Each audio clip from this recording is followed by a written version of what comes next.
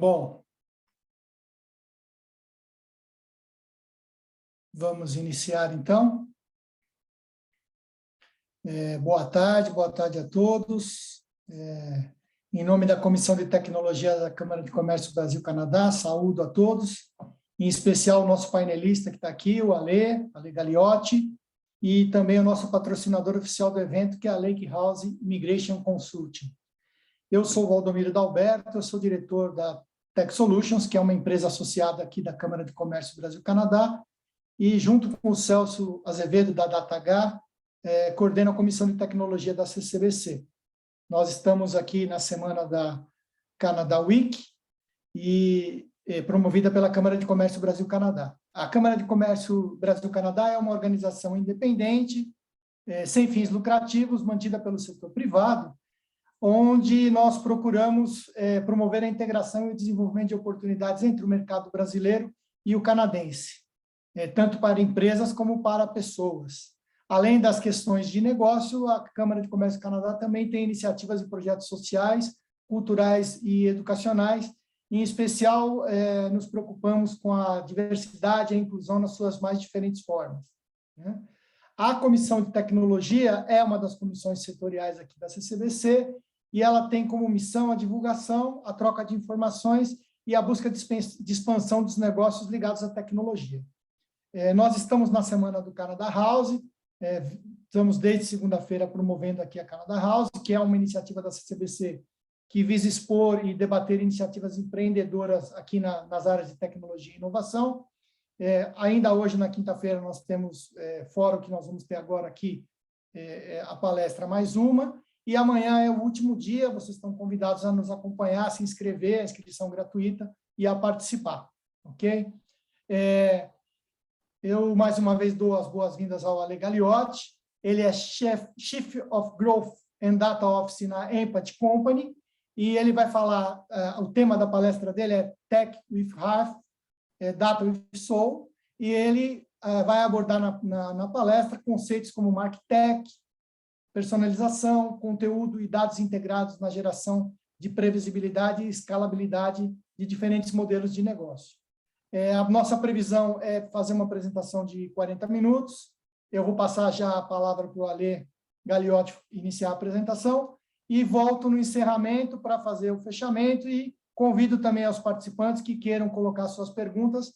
No encerramento, a gente coloca as perguntas para o Ale Gagliotti responder. Então, Ale, a palavra é sua, fique à vontade e boa apresentação.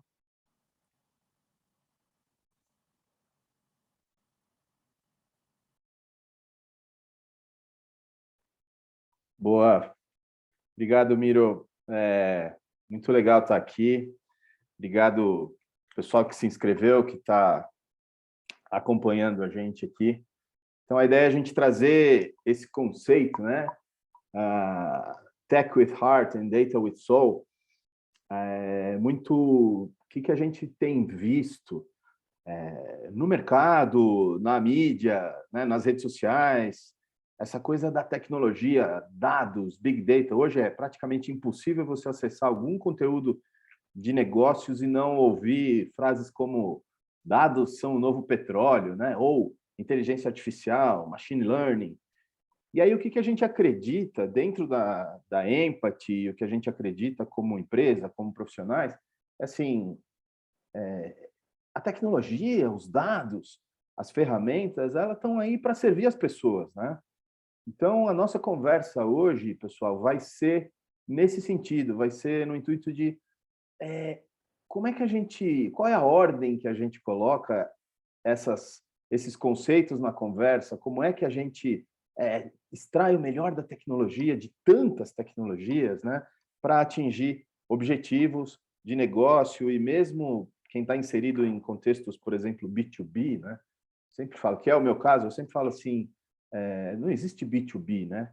Tem empresas, mas quem faz negócio são as pessoas. Então, é sempre uma pessoa com outra pessoa. Então, a gente vai explorar um pouquinho esse cenário,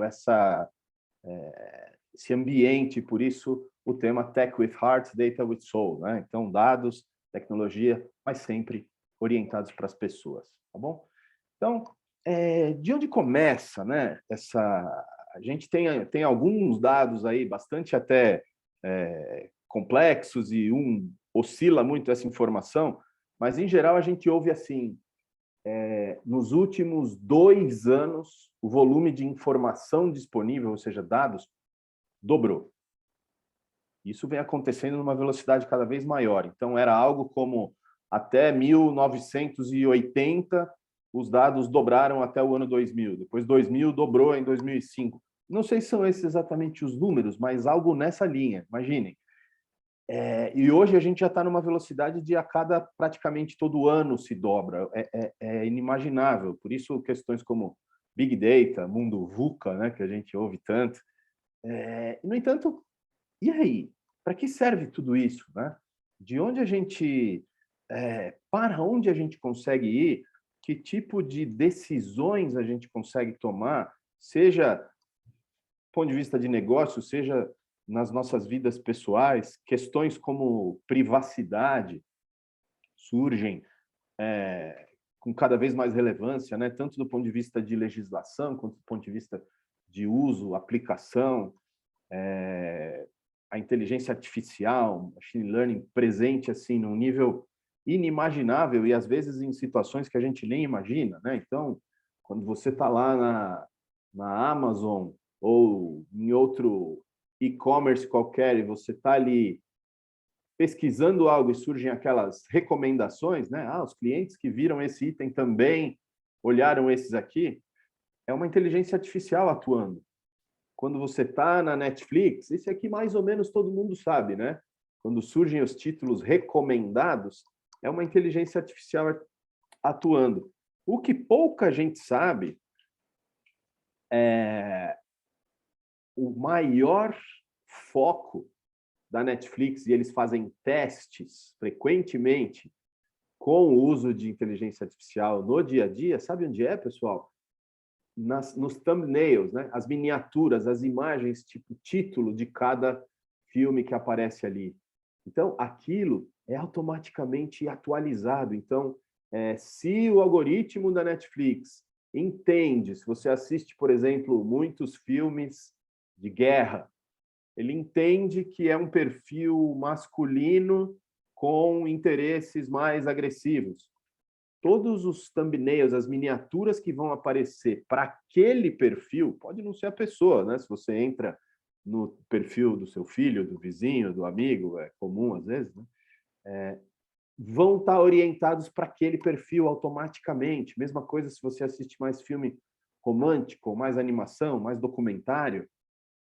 Então, a tecnologia está no dia a dia. Tem casos, né? A Amazon, que é um grande exemplo, né? Oscila ali, primeira, segunda, terceira maior empresa do mundo, junto com a Microsoft, a Apple, o Google. Tem um caso que virou meme, né? De uma pessoa que entrou na Amazon, comprou um caixão para enterrar a mãe que tinha falecido. E aí, nos dias seguintes, ela começou a receber recomendações para comprar outros modelos de caixão. Olha que coisa... o quanto o uso da tecnologia pode ser negativo, né? O quanto ele pode ser, às vezes, um tal tiro no pé, né? Como a gente diz. Então, a gente vai falar um pouquinho desses... tecnologia em si, ela não resolve muita coisa, né? Ela é uma ferramenta. Quanto mais tiver... A gente vai ver daqui a pouquinho, durante a apresentação, um exemplo que eu vou trazer, mas quanto mais ela estiver associada a um objetivo, a uma meta, a um propósito, mais ela consegue ser eficaz. Tá bom, pessoal? Então, indo em frente, o Miro já fez a gentileza de me apresentar aí, então não vou gastar nosso tempo com isso. Tem aí o meu perfil, estou bastante inserido nesse contexto de conectar, por estar dentro da área de Growth, Martech, conectar pessoas com marcas, com serviços, com empresas, usando a tecnologia. Então, já sei de umas historinhas aí. Vamos em frente, pessoal. Tech with Heart, Data with Soul. Ou seja, como que a gente consegue humanizar, né, a aplicação da tecnologia, das diferentes tecnologias em contextos. E aqui a gente não vai explorar contextos que são super amplos e a gente não teria tempo para dizer aqui, por exemplo, a aplicação das tecnologias de inteligência artificial na medicina, por exemplo, que está com uma velocidade cada vez maior, resolvendo questões super sérias, né, das pessoas como humanidade. A gente vai focar mais nesse ambiente de negócios, tá bom? O que a gente sempre fala, né? A diferença entre o remédio e o veneno é a dose. É comum no cenário corporativo, às vezes, existem os grandes players, os grandes fabricantes de tecnologia, Microsoft, IBM, Oracle, HP, SAP e outros tantos, né? Que dentro de um cenário corporativo, tem até uma frase que é conhecida, o Miro, que é da área de tech, também deve conhecer, que o cliente fala, nunca ninguém foi demitido por contratar a IBM. Né? Você se associa a uma marca forte, uma marca poderosa, segura e se apropria daqueles atributos, né, de valor, credenciais de segurança. Pô, mas era a IBM, como é que podia dar errado? Tal. E eu vejo muito acontecer, as empresas vão, e normalmente empresas grandes são muitos processos burocráticos, longo, envolve muitos decisores, para implementar uma tecnologia. Seja uma tecnologia de infraestrutura, uma tecnologia de análise de dados, uma tecnologia de comunicação, mas geralmente é um processo longo com investimento significativo. O retorno tende a ser muito positivo, mas o investimento significativo. E aí o que acontece? Passa todo aquele processo, avaliações, POCs, provas, demonstrações, testes, e a empresa opta por uma determinada marca. E aí, em função daquela tecnologia, propõe-se várias mudanças durante a implementação nas rotinas, muitas vezes sem sucesso. É muito comum. A tecnologia, caramba, está levando mais tempo do que a gente imaginou para implementar. Não estamos conseguindo implementar com as funcionalidades que a gente imaginava. Equipe X ou equipe Y não está engajando, não está aderindo à parte que deveria para implementar essa solução, tê-la funcionando. Por quê?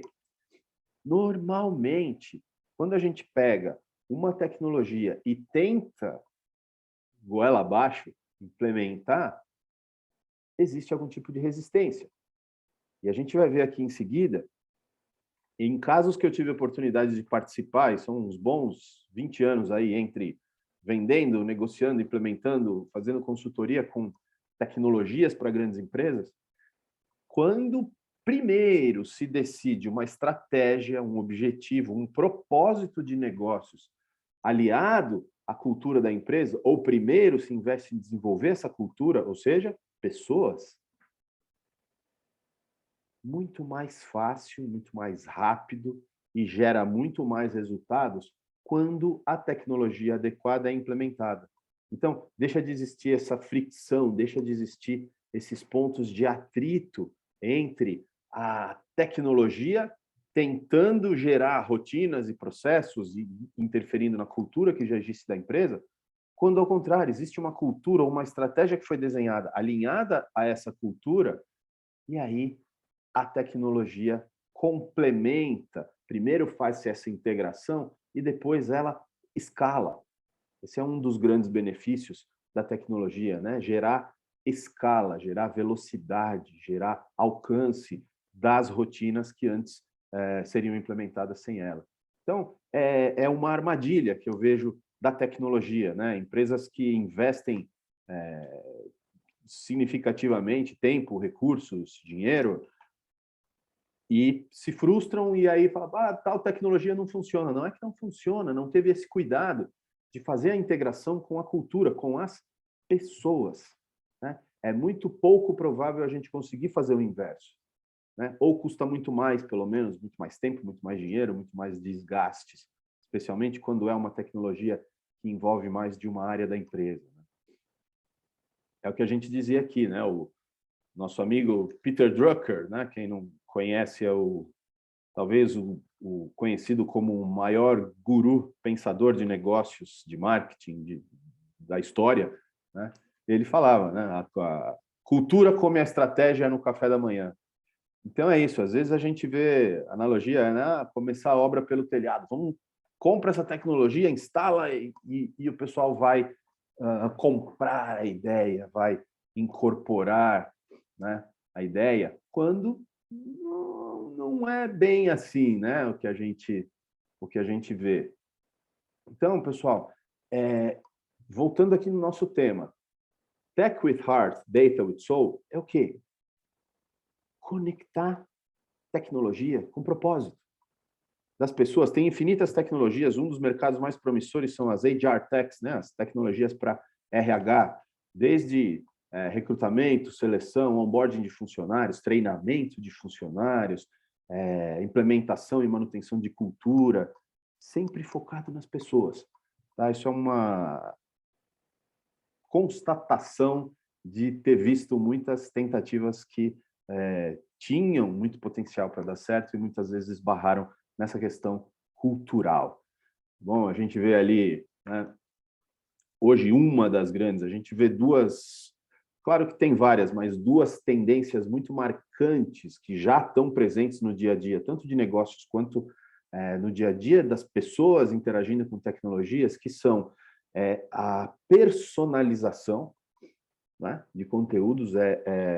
Num estudo do Google, foi apontada como a principal expectativa dos usuários, né, de acessar conteúdos personalizados. E aí você tem o que é uma aparente contradição, mas se complementam, as preocupações com privacidade, né?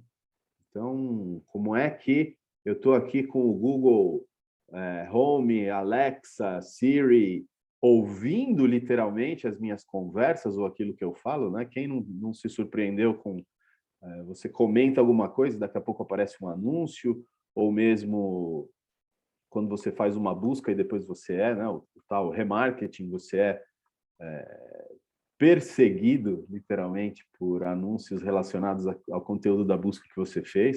Então, começam dentro de... A palavra-chave é relevância, né? Então, quando os usuários em grande... E isso a gente está falando em nível de 70%, 80%, tá, pessoal? Que percebem relevância no conteúdo, estão dispostos a ceder seus dados, a dar o consentimento para aquela empresa gerenciar seus dados. Desde que forma, né? De forma consentida, de forma gerenciada e que eu, como dono, proprietário daqueles dados, tenha controle. E aí entram as leis GDPR, LGPD, todas essas. Mas, então, a economia da relevância, né, ela hoje se sobrepõe. Eu estou disposto a ceder. Muito se diz, né, quando na internet tem muitas ferramentas gratuitas, né? Então se diz, exceto aqueles modelos freemium, né, ou product-led growth, quando o produto orienta o crescimento, que é o caso, por exemplo, Spotify, você tem uma versão gratuita e uma experiência muito mais rica se você decidir pagar. Exceto esses casos, se diz que se você não paga pelo produto é porque o produto é você. Um grande exemplo disso são os nossos amigos Google e Facebook, que te oferecem lá algum nível de experiência, positiva ou não, depende em troca de conhecer os seus hábitos, conhecer os seus interesses e negociar isso com anunciantes. Então, é uma questão cultural. De novo, volta sempre para as pessoas, né? Volta sempre quem é que vai movimentar essa economia mesmo digital. Tá bom, galera? Vamos lá, eu falei no começo, né?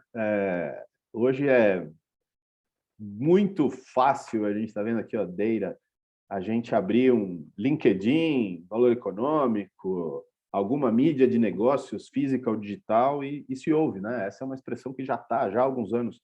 Né? Os dados são o novo petróleo, fazendo uma analogia de valor. Né? E aí, quando a gente fala, lá no começo, quando a gente falou na diferença entre o remédio e o veneno é a dose. Imagina o seguinte, eu sempre trago essa analogia nas empresas que têm hoje quase uma obsessão em coletar o máximo possível de dados sobre os seus clientes, dados de navegação, dados transacionais, dados de relacionamento, seja por qual canal for, né, na economia omnichannel que a gente vive. Então, imagine o seguinte, você está no seu carro, dirigindo na estrada, está indo para a praia. E aí, no meio da sua viagem, no meio da estrada, acabou a gasolina. Caramba, parou o carro. Só que você, prevenido, tem um barril de petróleo no porta-malas. Por quê, né? Valiosíssimo petróleo. O que aquele barril de petróleo pode fazer por você naquele momento? Não só ele não pode fazer nada, como provavelmente aquele barril de petróleo atrapalhou a performance do seu carro, fez ele gastar mais, não gerou nenhum valor e gerou custos, gerou desgastes, gerou fricção, como a gente diz. Como aquele petróleo poderia ser útil? Se ele tivesse sido refinado em forma de gasolina.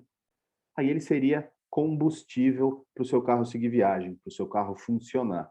Né? Ou os outros usos, ele teria que ter sido refinado para se tornar plástico, aplicações cosméticas, químicas, outras tantas que pode usar petróleo.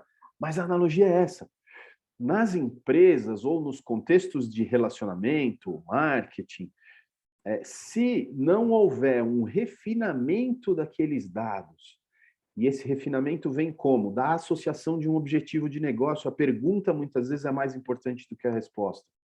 Antes de eu iniciar um movimento, uma atividade, muitas vezes a instalação de uma tecnologia associada à coleta, integração, análise e ativação de dados, é preciso saber o que eu quero que aconteça.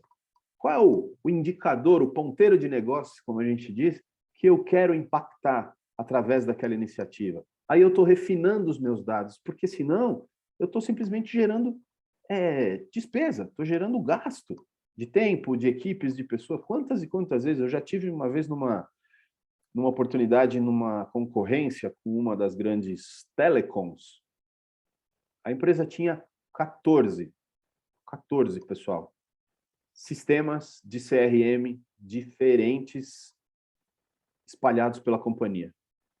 Então, uma área tinha o seu CRM, outra área tinha outra, e muitos dos clientes estavam presentes em mais de uma plataforma. Como é que se administra isso? Como é que você extrai valor? Ou imagina o custo, o desperdício que está sendo gerado a partir de uma possibilidade como essa, né? A partir de uma bagunça, literalmente, como essa. Então, esse cuidado com essa obsessão, já existe um termo, né, que é a obesidade de dados.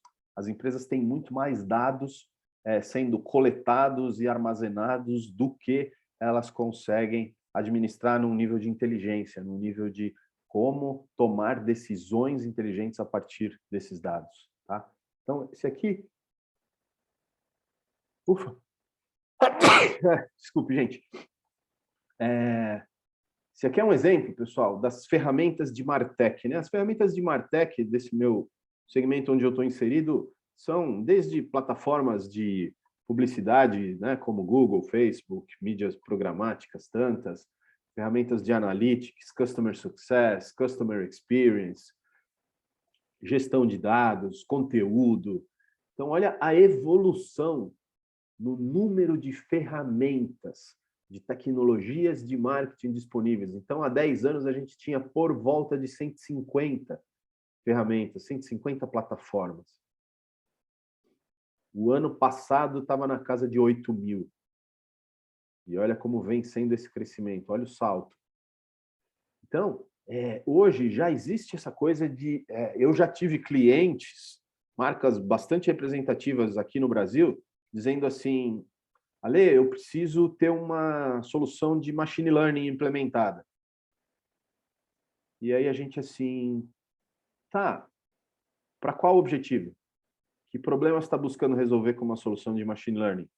Não, nenhum. Eu estou procurando resolver um problema de marketing. Eu preciso dizer para o mercado que eu tenho uma solução de inteligência artificial, machine learning, rodando aqui dentro. Não estava associado a um objetivo de negócio. Tamanha é a expectativa, tamanha é sabe, a pressão que existe do uso da tecnologia. Muitas vezes, imaginem o impacto disso na equipe.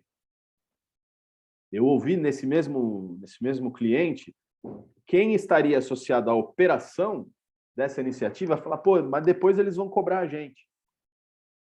Percebem como é delicado encontrar esse equilíbrio?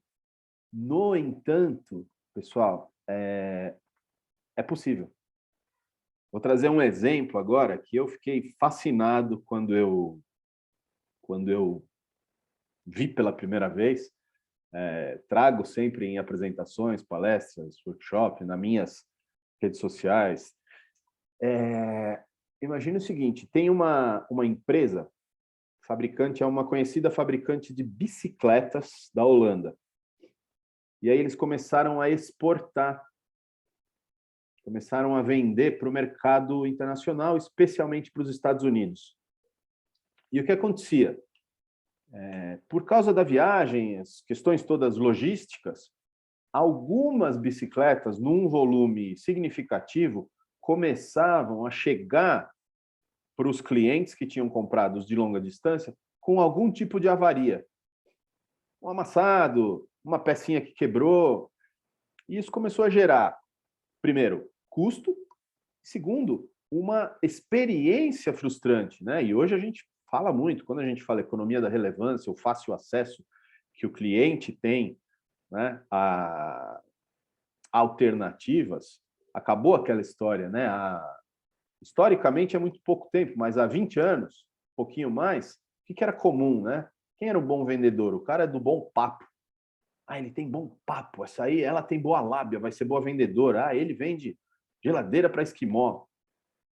Hoje, pessoal, com a internet, com a facilidade de acesso a informações, antigamente a empresa, na época do papo de vendedor, a empresa fabricante e vendedora detinha toda a informação. Para você comprar uma televisão, um fogão, uma geladeira, um carro, um telefone, você precisava se deslocar, você precisava ir numa loja e falar com alguém, ou telefonar, né? E aí aquela pessoa, por isso a história do papo, da lábia, da conversa. Hoje, para comprar algo, o consumidor ele percorre 80%, 90% da jornada sozinho, sem falar com ninguém. Ele pesquisa, ferramentas de busca mesmo, de comparativos de preço, de reputação, esses sites como Reclame Aqui e tal, quando ele está lá pertinho da decisão que ele entra em contato com um fornecedor, né? Então, o que essa empresa de bicicletas fez diante desse cenário? É um caso, vocês vão adorar, dá uma olhada. Eles colocaram uma imagem de uma TV tela plana na caixa. Dentro continua tendo a bicicleta. Simplesmente por parecer uma TV, as pessoas responsáveis por manusear durante a logística achavam que era algo mais frágil e tomavam mais cuidado. Só essa atitude de imprimir uma televisão de tela plana nas caixas das bicicletas gerou uma redução de 80% no volume de danos. Olha que legal a questão de tecnologia, pessoas, inteligência, né? Então, não dependeu. Eles com certeza consideraram que tecnologias a gente pode usar para isso, o que está ao nosso alcance, o que é fácil acessar. No entanto, uma ideia, uma sacada, que depois pode ser naturalmente escalada, né, com o uso da tecnologia, mas olhem que fascinante quando a gente pega a inteligência combinada com a tecnologia versus um ou outro isolados, né? Então, esse do ponto de vista de conteúdo, galera, esse é o recado que eu trago de a gente tentar sempre que possível equilibrar, escutar, né? A gente tem hoje, com esse volume aqui que a gente disse, né, de tantas ferramentas disponíveis, está cada vez mais simples, mais fácil, mais acessível escutar os nossos clientes, os nossos públicos com os quais a gente interage, gerar insights, gerar decisões inteligentes a partir disso, tá? Então, agora a gente tem uns minutinhos aqui para conversar, trocar ideias, responder perguntas de vocês. Fiquem super à vontade. Eu vi que tem algumas aqui no chat. Já vou seguir com elas na ordem. A ideia é a gente exatamente usar esses minutinhos agora para compartilhar pensamentos aqui. Vamos lá. Ale, você está conseguindo ver as perguntas aí, né, Ale? Então não preciso. Se você perder alguma aí, eu te ajudo. Mas vá direto. Tá bom. Legal, Miro, obrigado. Eu estou com o chat aqui, eu consigo. Tá bom. Não sei se são todas, aí vamos fazer como você sugeriu, perfeito. Ale, como podemos garantir que a ferramenta de gestão escolhida atende à real necessidade do negócio? Uau! Garantir é um termo forte, né? É difícil a gente falar em garantias, mas quanto mais clara, quanto mais precisa for essa necessidade de negócio, e aí começar por ela, tá, Débora? Ter muita clareza. Então, qual é a necessidade de negócio? Muitas vezes, quando sou abordado por algum cliente, assim, buscando, né, recomendação de uma tecnologia e tal, tá aqui que você está buscando. Eu quero vender mais. Pô, vender mais não ajuda, né? Eu quero acelerar as vendas do meu produto tal em tal região para tal público e subir o ticket médio. Começa a ficar um pouco mais fácil, um pouco mais... sabe aqueles desenhos, passatempo de criança, de ligue os pontos? Quanto mais pontos a gente tiver para ligar, mais nítido fica aquele desenho, né? Uma tomada de decisão de escolha de tecnologia passa por isso. Tem um estudo do Gartner, né, que é um instituto de pesquisa bem reconhecido nesse mercado, que ele fala que numa tomada de decisão de escolha de tecnologia estão envolvidos 5 a 6 stakeholders numa empresa. Então, é super comum alguém de vendas, alguém que está lá tentando vender uma tecnologia, um sistema, por exemplo, ferramenta de gestão, e ele está interagindo bem com uma pessoa, mas aquilo ali representa 15, 20, 25% da força que precisa para tomar uma decisão. Muitas vezes eu tenho alguém de tecnologia, alguém de finanças, alguém de produto, alguém de gestão, alguém de operação, e os benefícios percebidos por cada um desses são diferentes. Então, a minha recomendação, Débora, é assim, a clareza máxima na real necessidade de negócio, como você falou. Né? Qual é a real necessidade de negócios? Aí fica mais fácil conectar com as ferramentas mais adequadas. E, Miro, fica à vontade também para complementar, fazer algum... Você que é muito mais especialista que eu nesse mercado, fica super à vontade aí para... Pode, pelo contrário, no final eu vou te parabenizar, mas excelente aí. Vamos seguir aí, no final, se sobrar um tempinho, a gente troca uma bola juntos aí. Fechado. Então, quais dicas você pode passar? Legal, Débora, obrigado por outra pergunta. Quais dicas você pode passar para engajar as pessoas no uso de uma nova ferramenta de gestão? Estou entendendo que você está falando de pessoas, por exemplo, da sua equipe, né? Você implementou, está pensando em implementar uma ferramenta, e como engajar essas pessoas. De novo, a palavra-chave é relevância. Tipo, qual é o seu papel? A primeira insegurança, no meu universo, que é muito essa área marketing, PR, relacionamento com clientes, customer success e vendas, o medo principal costuma ser você substituído. Não vão precisar mais de mim. E tem isso no mercado, né? Tipo, a tecnologia vai roubar empregos dos humanos. Normalmente, é o que a gente falou, as tais soft skills, por enquanto, pelo menos, né, tecnologia ainda é muito mais vulnerável do que a gente nesse contexto, mas o engajamento vem da relevância. Então, no meu dia a dia, é muito comum, por exemplo, ao implementar ferramentas de CRM, as equipes de vendas ficam desesperadas, criam resistência, não imputam as informações, sabe? E até mesmo dificultam, às vezes, o nosso trabalho por esse medo. Então, é trazer, tipo, olha, a tecnologia precisa de você, o componente de inteligência, o componente principal de geração de valor vai vir das pessoas. Então, entender que, muitas vezes, o que uma tecnologia traz de benefício para a equipe? Elimina a tarefa repetitiva, elimina a tarefa de baixo valor agregado, permite que você tenha mais tempo para se dedicar a atividades de maior valor, atividades mais estratégicas, interagir com as pessoas da sua equipe. Então, geralmente está associado a isso, tá, Débora? Não sei se eu te respondi, mas é mostrar a relevância das pessoas, que vai continuar acontecendo, vai continuar muito presente, mesmo, e às vezes até mais, com a tecnologia implementada ou em processo de ser implementada, né?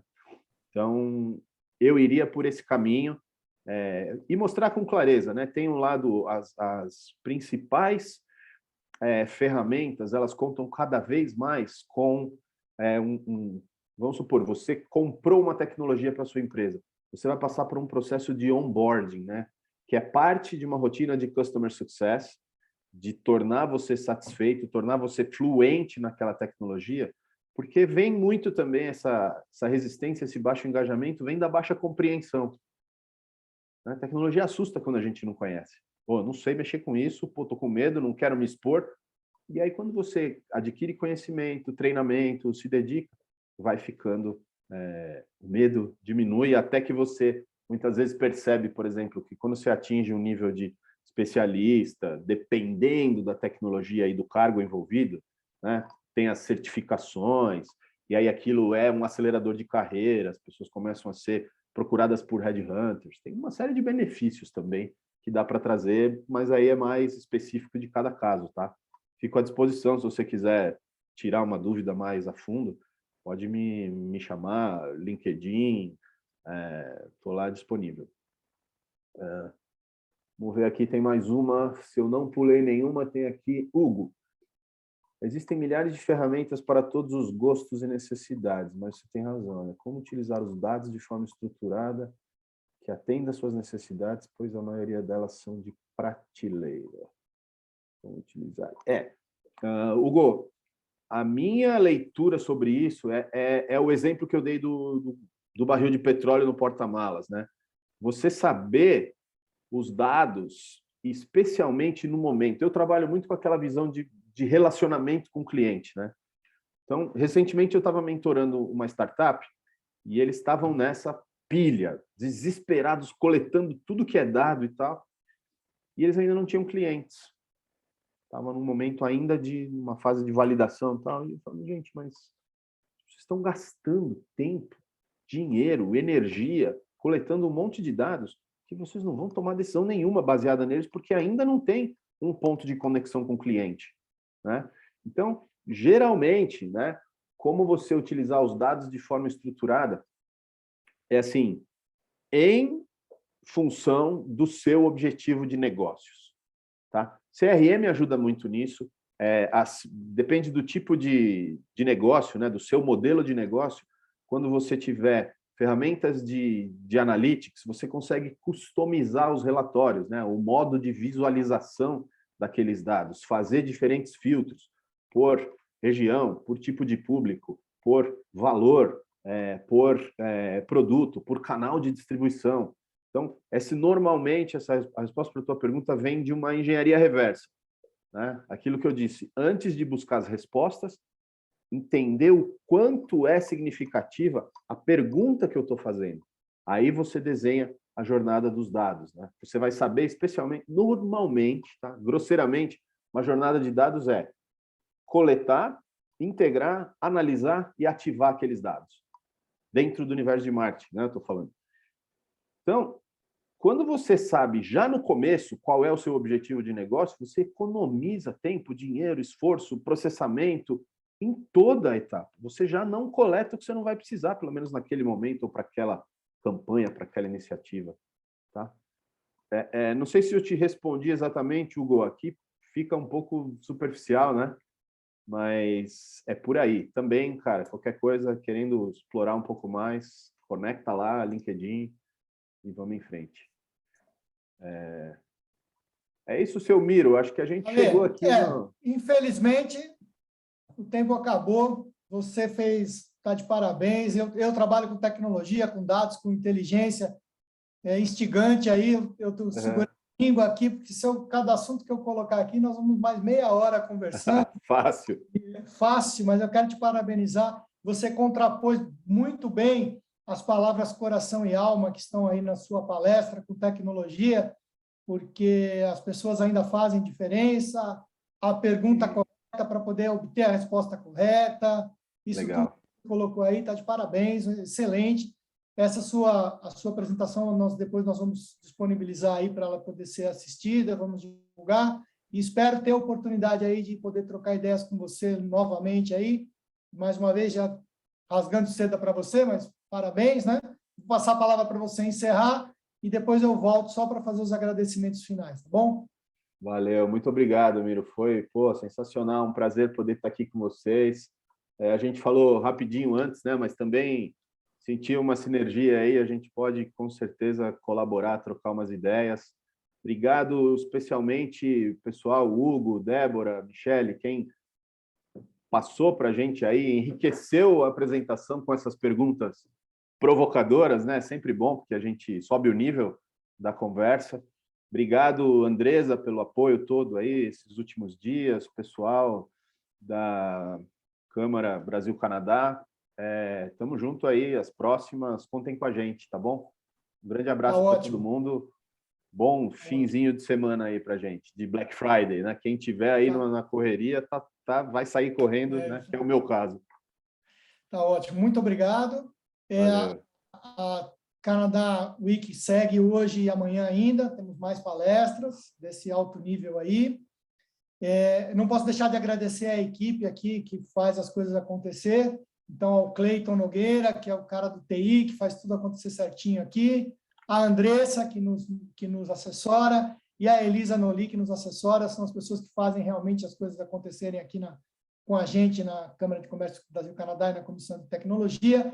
E, mais uma vez, também agradecer ao nosso patrocinador oficial, que é a Lake House Immigration Consulting. Conseguimos aí chegar no tempo marcado. Muito obrigado, espero encontrá-los aí mais vezes. Boa tarde.